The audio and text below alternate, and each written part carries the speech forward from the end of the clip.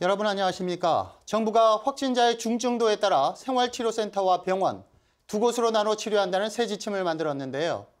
병상이 없어 집에서 숨지는 악순환이 반복된 뒤에야 내놓은 뒷북 조치였습니다. 네, 확진자가 급격하게 늘기 시작하면서 지역 전문가들이 치료 체계 개선이 필요하다고 요구했지만 무시됐습니다. 이종훈 기자의 보도입니다.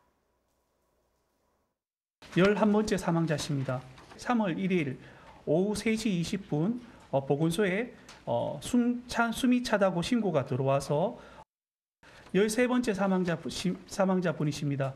저녁 6시 30분 수성경찰서에서 수성구 보건소로 사망 사실을 통보하여 어제 하루 숨진 7명 가운데 2명이 입원 치료 한 번 받지 못하고 목숨을 잃었습니다. 특히 대구시 기준으로 13번째 사망자는 혼자 있다 주변의 도움을 제때 받지 못하고 숨진 것으로 보입니다.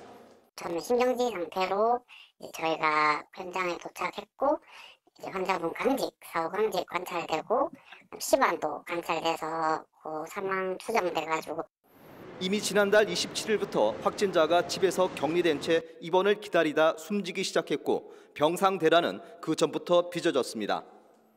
눈덩이처럼 불어나는 대구의 확진자를 병상이 따라올 수 없어 사망자가 속출한 뒤에야 정부는 확진자는 입원이라는 지침을 바꿨습니다.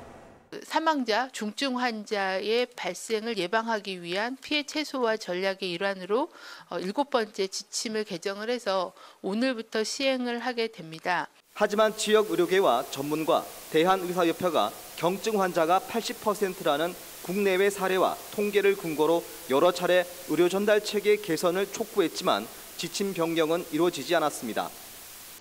늦은 지침 변경에 대해 대구시는 지난달 29일 특단의 대책이 시급해 정부와 협의했다며 말을 아꼈습니다. 당초에 이렇게 확진자들이 급증하리라고는 사실은 정부에서도 예상을 잘 못했던 것 같습니다.